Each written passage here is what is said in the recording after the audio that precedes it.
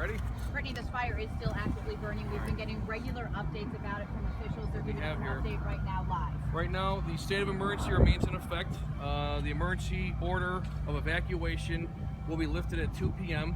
At 2 p.m., Bethlehem Park residents will be allowed to return with precaution. Please enter from the north side of Ridge Road. That will be the Skyway side, because the Hamburg side of Route 5 will still be closed. The New York State Health will be going door to door with healthy fact sheets this afternoon to inform the residents of some activities. We are asking residents to limit their outside activities because the fire is still going on. Well, we are asking that there be no trespassing on the steel plant property, as we have a lot of work and activity going on there. We are asking that the residents please do not block streets with vehicles, as we still have to get emergency vehicles throughout Bethlehem Park. Route 5 is closed until further notice, but do not anticipate it being open today. Please continue to keep your windows and doors closed. Questions? So now that you are anticipating for the evacuation to be lifted in the state of emergency, is the state of emergency still in effect? State of emergency is going to remain in effect, and that's actually good for 30 days. We don't anticipate it to be 30 days, but we're lifting the order of evacuation. That's the first step, but the state of emergency is still going to be underway. What does that do for the city? Does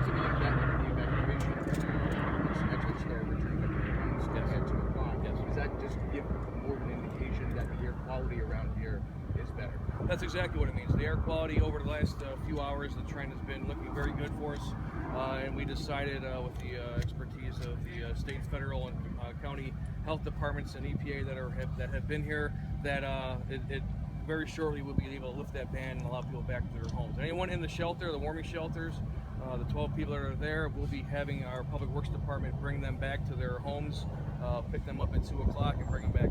Now that you've demolished part of the building, what are you finding inside? A lot of burnt material, a lot of rubble. It's a big mess back there. And later on tonight, we're planning on anticipating knocking down that front section. Hopefully we can do that tonight if the equipment's right and the weather's proper. That would hopefully allow us to maneuver for Route 5 to be open eventually, but it won't be today, and it might not be tomorrow morning. But if we can get that down, because we have the fear of possible collapse inside of Route 5, so we're trying to push it inside the steel plant property. Mayor, as you go down Lincoln, there's water flowing right off the site into the sewers. Are there any environmental concerns from that regard? We have not received any information that there is any concerns whatsoever. Erie County Sewer District 6 has been here since this fire started, and we haven't received any concerns. Are they able to treat all that water? Because there was a heck of a lot. There's millions of gallons have been put on this fire because this was a fire of extraordinary magnitude, and but we haven't received any complaints that they couldn't handle it, and we haven't received any complaints that there's any problems. Are there going to be any long-term environmental impact I mean, this is a site that has a history of all sorts of manufacturing and things like that. And when you have a fire, things get opened up, things get dug around. What's the concern you've heard maybe from the EPA or others? We haven't heard of any long-term effects that are going to be happening. I mean, keep in mind the steel plant has been pumping, back when it was roaring for the 80 years it was in existence, pumping out materials that were far more toxic than we're putting out in the air with this fire, so over the 80 years. So we're not anticipating any long-term effects whatsoever. You mentioned tonight for that demolition. Do you have an idea of what time you're looking at or trying to No, get because we're doing it in stages as to what's happening right now. Right now we're trying to get some of the emergency demolition team to start puncturing holes so we can get fire hoses into the fire areas that our hoses haven't been able to get to as of yet, and it's been very successful, and we've been really putting a nice damage to this fire. So are you guys still seeing fire inside parts of the building? We have spot fires that we're seeing right now. Some of it's hot, some of it's not so hot, some of it's very sporadic, but nothing obviously that's enough to keep people out of their homes. Mayor Szymanski, can you? That you guys have been doing over the course of many hours now. What have you been able to find from those tests? That the air is returning to what we would say normal background air quality. But when it was harmful, were you guys able to pick up any specific types of chemicals? No, and I don't believe we'd be able to. I'm not so sure they'd be able to identify what the materials were in that for some time anyway. But when the call came in yesterday, it was just too concentrated, and we had to eventually make the call for evacuation. So we don't know what exactly was in the air. Not at this time. Will we? Oh, absolutely. Whenever the studies are all finished, they'll all be made public. Okay. We're still fighting the fire, and unfortunately, you can't really begin the investigation until the fire get in there and identify where it started from. And from there, once you identify where it started, you can begin the investigation. Was there a fire suppression system in that building? I would imagine there was, but I can't answer that. I was never in that building a day in my life. Commissioner Whitfield, do you know? The drain I do not know. That would be especially part of the records firefighters. from the Obviously, the inspections. demolers are working there. But how are firefighters doing in terms of just really their endurance of all this? Well, they've been working in shifts. Buffalo has been supplying us with plenty of shift-working firefighters. Our Lackawanna Fire Department has been working nonstop, calling in for overtime all the time. But you know, they haven't been fighting the fire 24/7 per person. They have been able to go home, rest up, and come back and continue fighting. So we look, you know, they've been here. They've been excellent. The volunteers were here the first day. They really helped us out a lot as well. So just a lot of support coming out there for the community, and the firefighters have been holding their own. And so far, the only injury I've been made aware of was the first injury on day one with the Buffalo firefighter with the broken hand. All that water that's coming off of this building is going into storm sewers in the neighborhood. The lake's right over there. This water's got to be going into the lake. The effect is getting spread. Are you concerned about that? We are, as we've stated all along. We're not just monitoring air quality, which we will continue to monitor, but we're also monitoring the runoff and what discharge may be coming from that. We haven't identified anything that has caused a problem to this point. So does it go to a treatment plant, or does it go right into the creek or something when it overflows? I can't speak to exactly its direction. I do know we're monitoring it though actively to make sure that there aren't any toxins in the runoff. I have one more question about that. You know, asbestos, sometimes old buildings have asbestos like this, maybe a lot of it. By its design, I guess, Chief, it doesn't burn, so it's left and then it's disturbed. Is there a concern about asbestos here? The persons doing the demolition are certified in asbestos mitigation. They are licensed.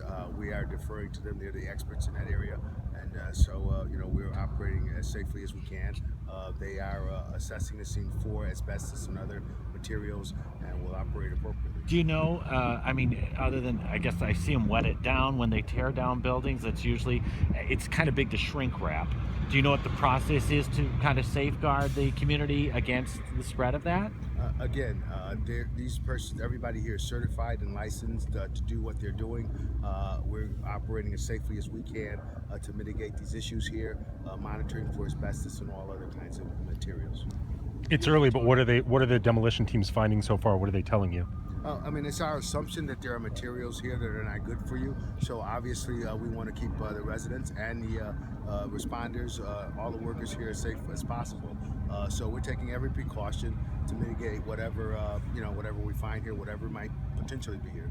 We'd also like everyone to remember this is not a full demolition, so there are certain precautions being taken just to allow more access to suppress the fire. The fire crews are looking to get into the building to put out those fires that are remaining, and that's part of this demolition process. This is not a complete demolition process. There are standards and procedures that are in place once the demolition process happens, but that'll move to another phase of this event once the fire is out and the investigation is complete and the building is rendered safe. As far as that large wall that's right there at Lincoln and Route 5, you guys want to take that wall down in order to open up Route 5? Only far enough to make the structure safe so that the fire operations can continue. Okay, so but are we still going to see the sort of the steel beams, the structure there? But is it really kind of just the walls that they're puncturing in? They're taking apart the unsafe parts of the structure just so that the fire crews can continue to suppress the fire. This is not a full demolition, and it won't be until this is out, and then that phase will take effect later. We don't have a time on that yet. On site at this point, it will not leave. That's another phase that will be determined by the property owners and the demolition companies that are brought in. Have the owners said anything about their plans for the building after this is finished? They have not, because we're still fighting the fire, so we haven't had much conversation. I haven't had much conversation. Can anyone here speak to about how large of a space are we talking here, or is it just hit or miss? Well, clearly you can see that there's not that much smoke, as the commissioner will tell you. It's not as large as it was, but it's still a concern. We don't want to leave anything burning. How large of a space, though, are we talking? There's pockets of fire throughout that facility. Just little pockets. Yeah, pockets of fire. And then as you get the demolition equipment in it, and it moves, so you give it some air. Absolutely. It takes off, and we have water there to suppress it. That's the idea. Can anyone here speak to the 10 representatives from the Department of Health that Cuomo assigned here yesterday? Does anyone know about that? Yeah, We have plenty of Department of Health. They're here. They've been working with 10 us all along. what are they doing? They're standing behind me right now. They're monitoring the air. What are they here They're to assisting us with Right. producing the information that we're going to be giving to the residents. There is a litany of people, as the commissioner and I have said, day to day coming through here. A litany of resources and assets, not only from the local, county, state, federal. They're all here to assist us in, one, protecting the safety of the citizens that are being displaced. Two, assist us in making sure we're doing this as safely as we possibly can, not to impact the environment any more than we have to. And in the end, their goal is to assist us the best they can. Are they going door to door in the Bethlehem Park neighborhood? They'll be doing that later this afternoon. And what is their purpose? Their purpose will be handing out healthy fact sheets to the neighbors in every home, letting them know some of the environmentals and how to continue with return to life as normal. And that's really the key. As mayor, like I said, the evacuation was very heartbreaking for me to have to do, and we're trying to return everyone back to normal. But people who live here, and the amount of smoke that was suffocating this community, they want to return to normal, and they're going to have some questions, and that's why part of the New York State Department of Health is here to help answer their questions. What is then the role of the EPA in all this? Air monitor. They're assisting us in air monitoring. Air monitoring? Between the EPA, the New York State DEC, and our county environmental people, we're monitoring the air along with the hazardous materials team. We're monitoring to make sure that the background is normal. Would anybody test the interior of the houses to make sure that their air quality in the houses were safe? At this point, I don't have an answer for that. We'll check into that. How The many air men here monitoring, are will that currently on continue the until scene? you guys get off scene? How many men are currently Yes, on the as I scene? said earlier, There's a we're going to litany of continue to persons monitor. still here. We have a number of persons from all the different agencies still on the scene. I'd say, well over. I see 2 rigs from Buffalo. Do you know how many total? There are several here. Several.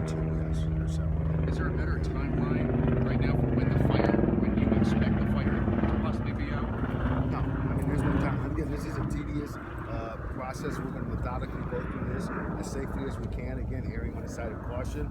We had to stop our operations because of the wind, because of its impact upon the community and so we're going to do that. Continue to go through that process. We have no timeline for that whatsoever. Cost estimates for all these agencies still unknown at this time? No, we're not really concerned about cost right now. We're trying to put the fire out and render this community safe. Could you expect getting, or at least applying for, federal or state reimbursement? Those are things that are good, discussions that are going to be had. The governor was here yesterday offering assistance. We're going to pursue all options to get reimbursement.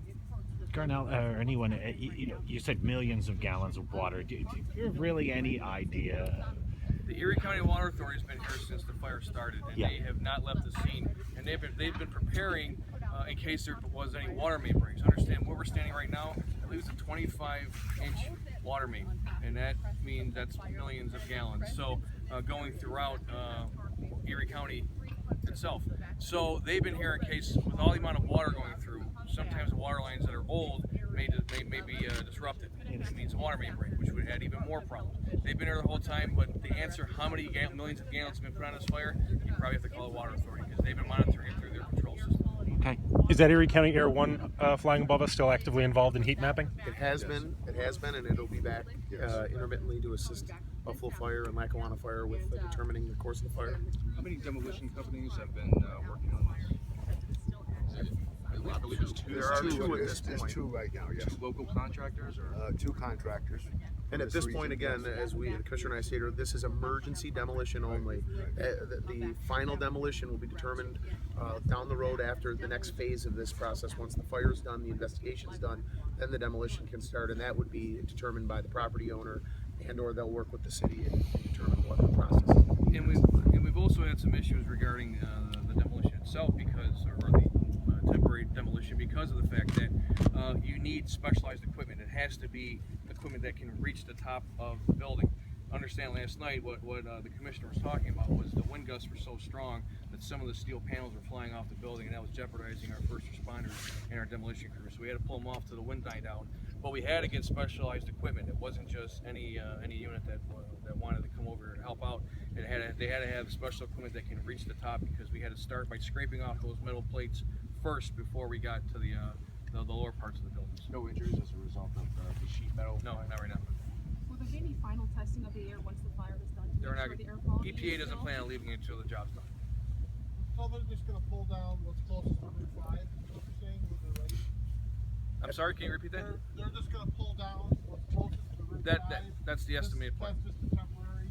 That's the plan, to bring down the part closest to Route 5, because the base, the steel, and the brick walls are buckling because of the amount of heat and the fact that when that building was constructed, and it was very well constructed, when it was constructed to have all parts intact, well, now the roof's missing, so now every part of it has been slightly jeopardized, and so we're looking to just push that part in, and then that should begin the beginning of opening of Route 5.